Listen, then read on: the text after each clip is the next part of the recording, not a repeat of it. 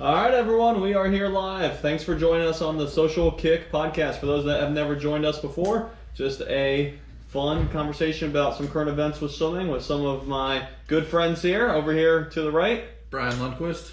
Luke Paddington. all right, and we always go around and say what we're drinking tonight. So, Luke, I heard you had the flu during the Super Bowl. Now you're drinking. Was it the coronavirus? It was anxiety before because I'm a Niners fan, so it was huge anxiety before. Yeah, what happened, man? We won the Super Bowl for 3.5 quarters. Okay. It's the Kyle Shanahan effect. And then it Dun-dun. was the Atlanta Falcons. You know it all too well. At this house. At this house, we've seen some epic losses. That's why I can't watch the Super Bowl here anymore. Why? Epic meltdowns. What year was that? 16 NFL season, but 2017 17. Super Bowl, I think. That was crazy. When New England came back, that was an amazing comeback. No, it wasn't. It was terrible. I won't say that again. Well, anyways, what do you How about think? the Bengals, John? Hey, worst team in the league, #1 pick. Ugh. Hey, who are you going to get? I guess this quarterback. I mean, his dad coached in Ohio, and he's kind of from Ohio. I think they have to take him, even though I'd like to see them get more draft picks and build it up. They got to do it. Okay. So this is a Modern Times IPA. Modern Times is a really good brewery from San Diego I've been to, and I really enjoy it. It's a hazy IPA called Proxima, and I enjoyed the pattern. It looks like it has pills on it. Yes. I don't know That's what what that I'm drinking as well. But yeah, I do see the Dr. Mario pills on here. Dr. Mario pills? What does Dr. Mario mean? Oh, you're right. It was Dr. Mario. No, yeah, that. When you have the pills and you turn the Yeah. pills, it was kind of like a Yeah, just yeah. line them Super up Smash. type of game. Yeah. What's Dr. Mario? I never owned that game, but I know what you're talking about. There you go. Yeah. Brian, what are you drinking? I changing gears tonight. The Shadow Puppet Brewing Company. This is the Kentucky Uncommon Amber Ale. Ooh. Bit of a different. I can't say that I'm a huge fan of the 16-ounce cans though. These seem to be all the rage now. The 4-packs. They are. I don't like it. I'm a 6-pack traditional guy. But these are pints. Well, it's 16 ounces. So It doesn't say pint. It's just 16 ounces. which is a pint?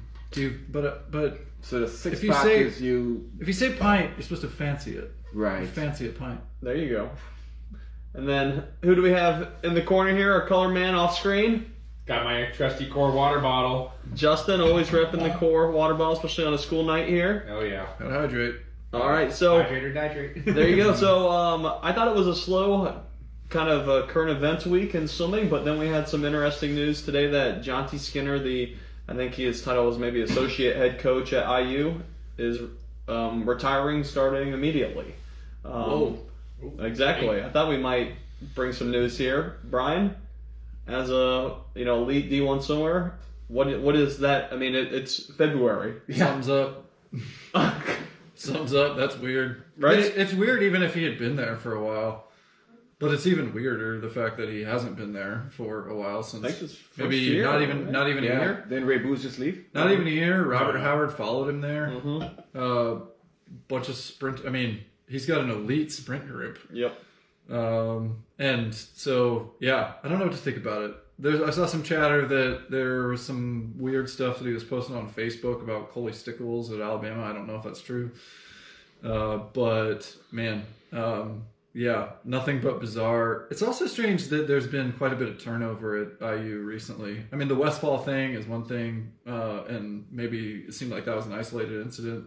And, yeah, if you're a top program with a coach that's got a good pedigree and you're attracting a lot of swimmers and building a good program, it's natural for there to be some turnover in the coaching staff, but there seems to be a lot of turnover in the Indiana coaching staff over the last few years. So I don't know. My first reaction was, ooh, him and Ray clashed, but I'm not sure. There may be something else there, but either way, I think it's puts all of the sprint group in a really tough spot because they're in the lead up to trials. It's not really the time you want to change programs.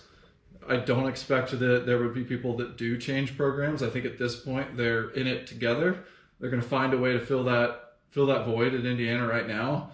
Probably not within the college season, but they got some work to do. But for now, the pro group's probably got some filler coaches and writing their own workouts and Yeah. who knows what. And they have, I mean, obviously Ray's there, Corey Chitwood's there. They have other good coaches that I'm sure can, try and pick up the slack for them, at least for the college season. But like you said, it'd be nice at least for those guys that followed him and the rest of that sprint group, to have someone leading the charge. No, it was my thought exactly when I heard he retired, or resigned. What's going to happen to the team for the next 2 to 6 weeks to conference to trials? And how would you go through your last couple of weeks of season without your head coach there running your program and relying on your assistants? And I mean, when a basketball coach gets ejected in the second quarter, the assistants do a pretty decent job in stepping in. But could you imagine for the season, the ending? What would you do as a swimmer?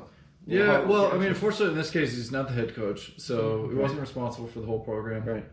And you're right, they do have other staff there. Yeah, Chip would. I think, regardless, it still puts everybody else in a very different position because, John T. would have been most familiar with the program he was writing for those people. That said, he hasn't been there that long. Sure. So it could be that there's less of an impact if he had been, the person who was coaching. So I think Robert Howard is probably the most impacted because he's been Robert's coach for 6 years or 5 years. So that puts him in a tough spot, but everybody else should be able to recover okay. I had a coach pass away when I was on the college team at Auburn. Ralph Crocker. He wasn't my coach; he was a distance coach.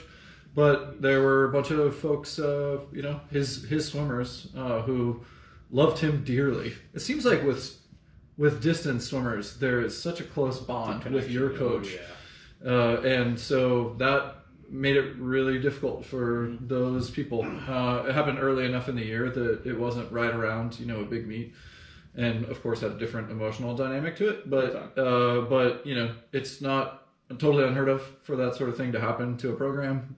So I'm sure they'll be okay. And I think the message for the team, if I'm coaching there, is, hey, look, you've been doing the work. Come do the work. Come to practice every day. Yep. Make sure that you leave the pool every day and know that you got better, and leave it in the pool and leave it in the gym, and you'll be all right. So you're doing it for the team. You put in the work. Yeah, I mean, there's enough people that are changing programs and experimenting with different styles today that they'll be okay. But it's definitely especially from one of the top programs. Yeah, and a big name coach in the top position. Are they the best pro sprint group right now? Breaststroke group. Breaststroke group for sure. But I don't think John T. was coaching all the breaststroke groups. Yeah. I mean, it's one of them. I mean maybe some. Coaches all mix around. Sprint, with Peroni right there. Is it Zach Apple? Sprinting, yes. Not breaststroke. Yeah, sorry. Yeah. So general sprinting, I think at least one of the top ones, if not the top. That's if that's true, what people were saying about him, saying stuff about Coley, or anything about the Bama program, sure, that's just weird. Yeah, I mean, okay, so you don't just leave in the middle of the year because you've remembered that you wanted to write a book. Yeah. Agreed. I don't know. Something's up. It sounds odd. We wish John T. the best. Excited to see his book. I think he's a great coach and has interesting insights on the world of swimming. But I think there's more to this story. So we'll see how it all pans out, and hope IU can, like you said, these sprint swimmers can get ready for NC still and trials, which I think they will. But certainly a little bit of a twist to the season for them. Yeah, to be fair, I don't know if any of that's true. It's all speculation. I just hope that it's not. It's interesting. Makes for some drama in the season, that's for sure. For sure. Justin, do you have something else to add over there? I was just gonna. Brian just alluded to it about him wanting to write a book. I just want to throw that in. He said he was retired since last May, and then Ray supposedly recruited him. I don't know if that will add anything to the discussion, but I just want to throw that in there to the rest of our viewers. Sure. Yeah. But I think that's the big NCAA news going on. I mean, that's the big meets, at least in the States, happening. You guys see anything else for college meets? Or Princeton was this weekend. I think Harvard won it again. Very fast meet. Well, Harvard men won, Princeton women won. Which is great. That's great. Yeah. HYP. But getting to I guess that meet leads into a lot of rivalry meets in the swimming world. The head-to-head rivalries coming up. My university won McGill University won their first conference meets, the RSEQ meets, for the first time in 19 years, combined men's and women, and it was great. What was your guys' mascot? We were the Redbirds. Shout out to the Redbirds. Yeah. What the heck? What the? We're the Martlets and the Red Men. So yeah, it's all good. Martlet is a fictional character, a mythical creature. But I feel like I can hear the cheers. We were the Redbirds. No, Exactly. Yeah. Not like the Cali Condor yell. Caw-caw. I just want to put an input. Shane Cases was a beast this past weekend. He swam off events. He swam 1,000 and won it, actually. And he's a sprinter. Mid-distance sprinter. He's pretty versatile, but not all the way up to 1,000. What did he go in the 1,000? He went, let me just make sure this is correct here, 9:19:67, which is 9:19, which is moving in 1,000, at least to me. That's pretty good for. I mean, showing some range, some versatility, but he does IM, does all this, so. Like I think I mentioned in one podcast, I'm excited to see how he does at trials. I think he could be that kind of guy that comes out of nowhere, even though he's obviously on the scene, but could make maybe a couple events. Right. But I interrupted you when you're saying this is the week for like rivalry week, isn't it? We have I don't know if it's this week, but it's starting to come up, right? obviously. We got Cal Stanford women next weekend on the 15th, and then the men's meet is the following weekend. Both at Stanford, which we should go. Yeah. Why don't they head up there? That's for sure. That'd be exciting. Yeah, that's always a fun meet to watch. It is, and always obviously some fast swimming, two of the top programs in the country, especially on the women's side. It just happens so late. It's such strange timing. What, like time of day or in the year? In the year. Yeah. Well, Pac-12 is always at the back end, right? They're the last conferences and all that, right? Look how weird this schedule is for the men. If this is right, this is on Cal's website. That Cal swims at Stanford on February 22nd, and then Pac-12. It's diving starts that week. Okay, so the diving schedule kind of. Then the swimming starts March 4th. Okay, so at least they've got a week and a half. I thought they did. I thought it's so strange.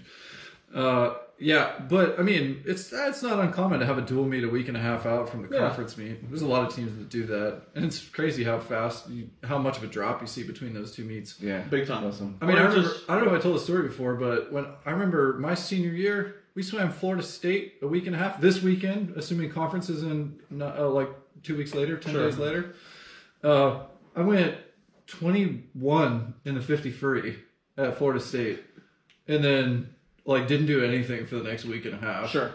So that was on Saturday. Then a week and a half later on Thursday, I went 19.6. Wow. It was like, well, yeah. So you stressed it. Yeah. I mean, that's pretty much all that happened. Yeah, sure.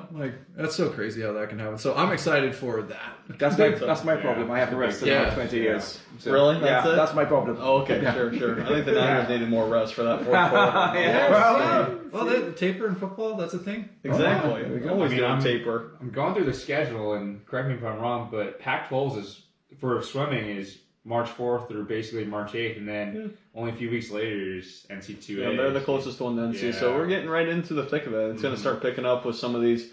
I know you said you had a big drop, but I mean, a lot of times at these rivalry dual meets, there are some fast times, and sometimes you'll have the non-conference kids starting to taper, so they'll be popping best times. So should be some fast swims starting to come up in the yard. There'll be some that swim faster at these dual meets than they do at conference or NCAA. How did you feel when you went 21 points at that state meet? And what if you had gone 19-1 at that state meet? Would you think like a peaking too early? The state meet. Main state. Against state, you know. Florida State. But you know, psychology, yours worried that you peaked too early. Fan? What are we listening to? Is it high school this weekend? We don't have state universities in Canada, okay? Redbirds versus state. So we don't I remember my state cut. But you know what I mean? Like, were you worried that you were slow and you just worked too hard, and you knew what you had to do and you made adjustments? And what if you went 19-1 against Florida State? Yeah, I was really worried. Yeah, I was in panic mode. Like, arrest me, please. Okay, good. And you made the right adjustments and good coaching, and you know what to do. Yeah, it was brutal.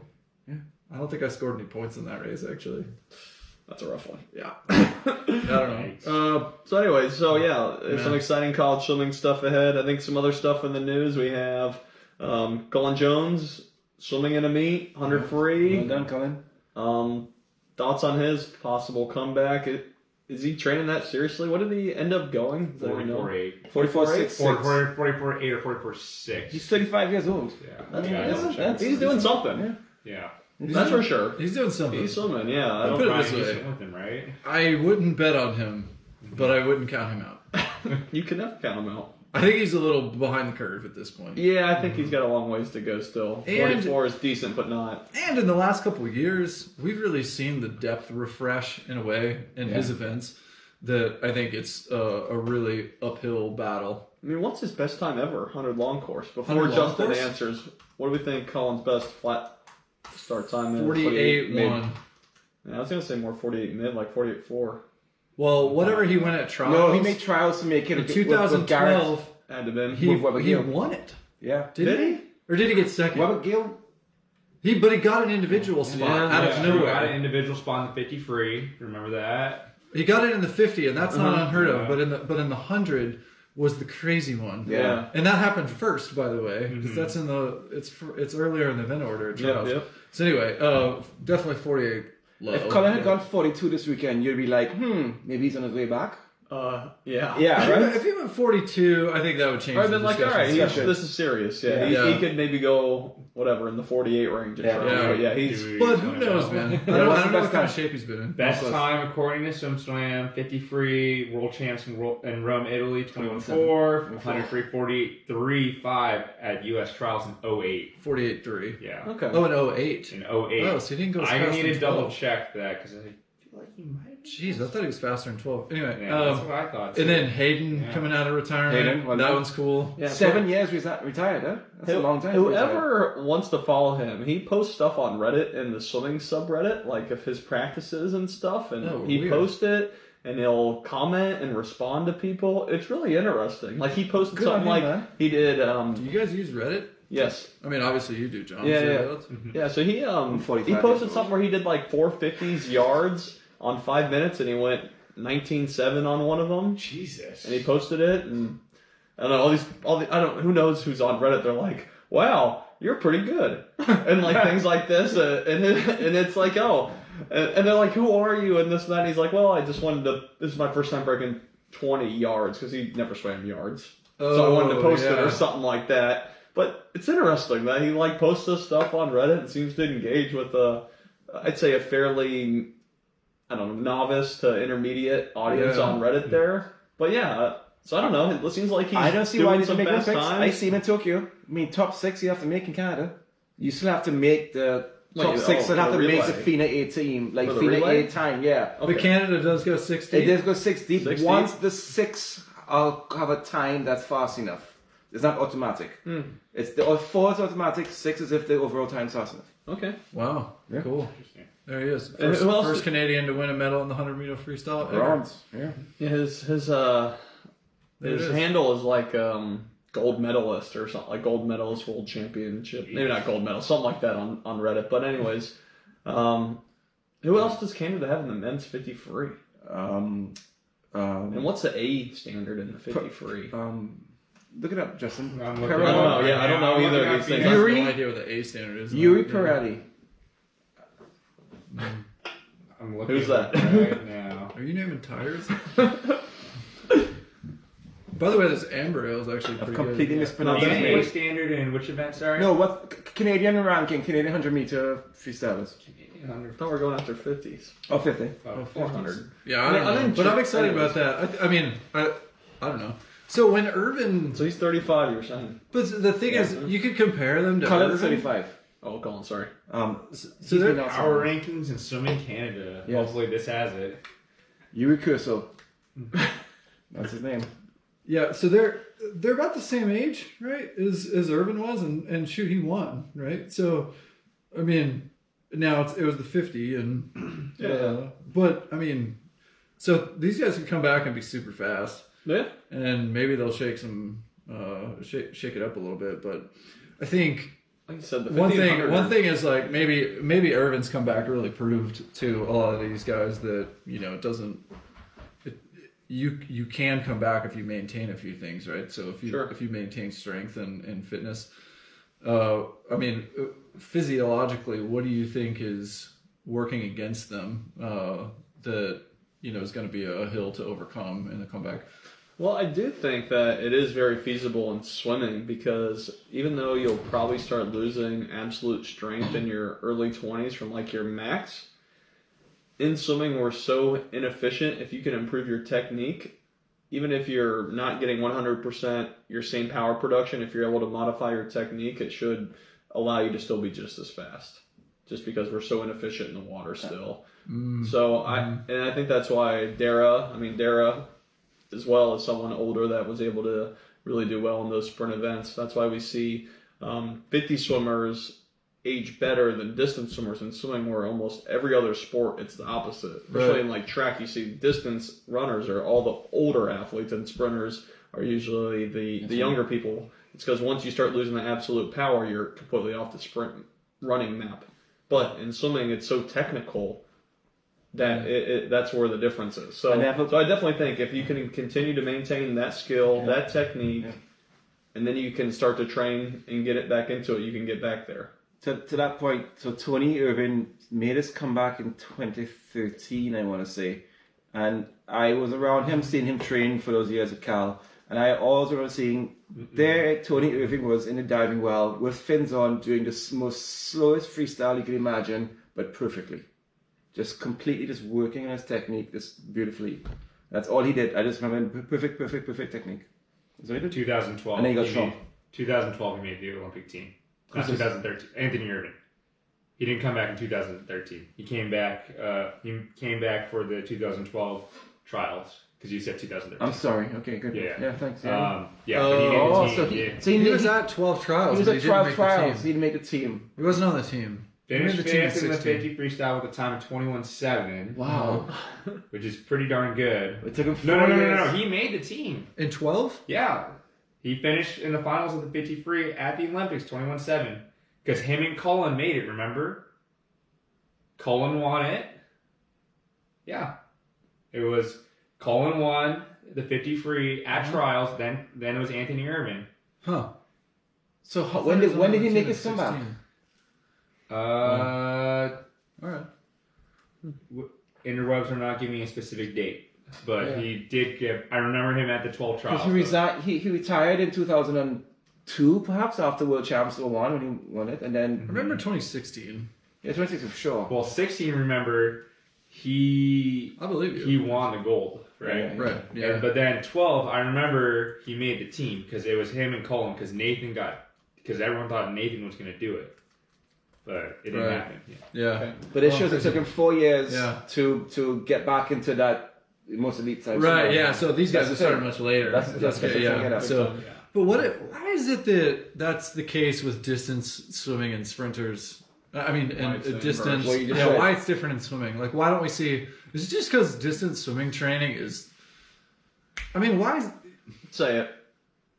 First of all, it sucks, but it takes a lot. Well, would you say that the total time invested in doing it and any physical impact to your body is greater than that of a marathoner? I mean, no, but who's training for a marathon when they're 12 years old and running? That's true. Oh, is that why? Do you think because just at the volume at such a young age? I think it just adds up. I mean, most of the distance runners don't really get into that. Even like cross country in high school, they're only doing 5Ks. They're not doing marathons.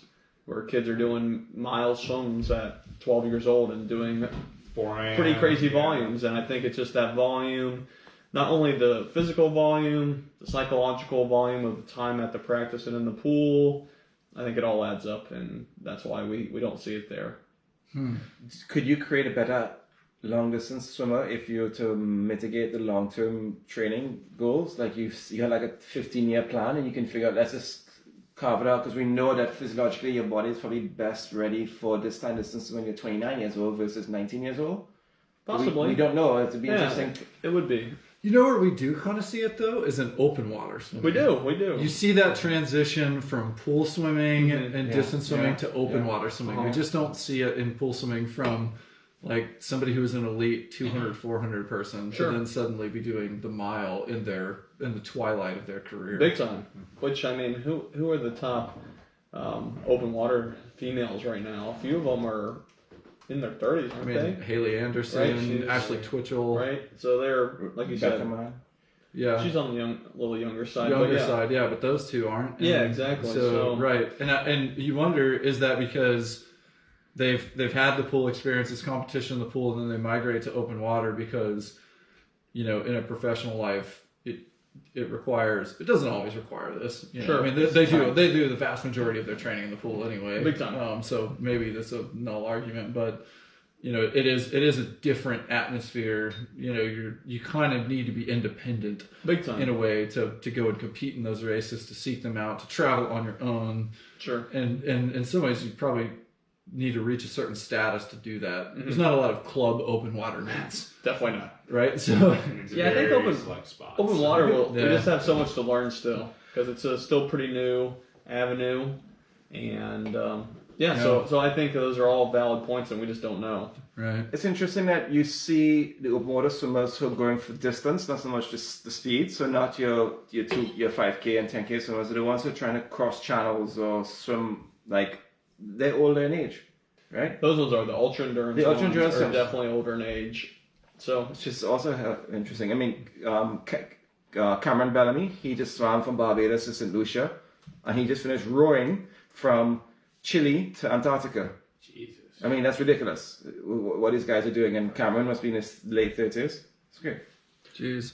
Well, while we're on this distance topic, can I throw one in here? So the IAAF just ruled on the shoe technology. And so for those that haven't been up to speed on this, we're talking about the running world having gone through the same type of experience that swimming went through in the supersuit era. And what's happened is Nike developed this new shoe, the Vaporfly 4%, and then they came out with another new version, and now there's a few other companies that have come out with other versions similar to it. It's the copycat game. Everybody's doing the exact same thing. In swimwear, it was impermeable materials started by the Speedo Laser. In shoes, it's a carbon plate. And now the use of multiple carbon plates stacked on each other, providing extra spring in return. And so now the IAAF came out and ruled some definition around the structure of the shoe. I'm not going to go into the details, but it has been basically what they did was they took a ruling. They wanted to level the playing field and at least set some guidelines around maximums and things like that. So it's interesting because they didn't similar to swimming, they didn't unratify world records that were set. But they also didn't make everybody go back running flats, which is kind of like swimming had the pendulum swing so much back the other direction. Big time. It's almost as if we had allowed supersuit materials but let everybody still wear a jammer or a leg suit. That seems like where track and field landed was, okay, well, let's at least let it get to this point, but we're not going to go back and go crazy with it. So I don't know, having lived through that era and then the kind of the curve back to jammers and swimsuit technology now, it's been very interesting to watch this evolution in track, and even races that I've competed in as a triathlete, to go and see my competitors or people that I know there going, oh, you're going to wear your 4% or your next percents? Did you get a pair? It's probably good to get a pair for the races because they're so much faster. And like even at the amateur level, this sort of thing is going on. And I mean, that's what we saw in swimming too. It's like the haves and the have-nots. And if you didn't have it, get out. In swimming, it benefited more people than others. Different body types got benefited by different suits more than others, so percentage. That's a theory. It's a theory, right? With its size and body composition and distances, is a track. I don't think we know that for sure, but was that one of the things I've read? A lot of people will argue that. Subscribe to that theory. A lot of people will argue that, but I don't think we know that for sure. Yeah. And a lot of people could benefit from the fact that you didn't burn so much lactic acid because of muscle, but some people were better trained. I don't know. Well, it's just one of those where certain people fell off like completely, right after the suits, or really impaired their performance, and people would, I think, draw correlations that it's this type of body type, but I think it could have been psychological. It could be as well. As much, right? So it's hard to say. But is that going to help us? Is that going to help all runners fairly equally? I'm not a running expert, but is that going to change the technique? Is it really going to focus on people who have really good back lift or have really good drive? I don't know. I mean, what does it do? I'd love to have some of our commentary about that. I don't know, but what changed a lot is that the shoe style. Well, I mean, a couple things that are what I've picked up from it are that the shoe does two things in particular: that it increases the amount of spring or propulsion that you get from when you put energy into the ground, and that's ultimately the 4% when they started with that was supposed to be it makes you that percent faster overall, and so it was like a total time decrease, but that it's both the energy return as well as the reduction of impact or total load over the course of the race, and so or training either way. And so you're impacting your longevity as well as your speed. And so, I mean, based on that, I would say, yeah, it's probably supposed to make everybody better. But I would imagine that, I mean, it's also changing things because people were racing in a much more minimalist version of a shoe. And this is like, it's beefier. It's like the Hoka One shoes that are like a fat, right?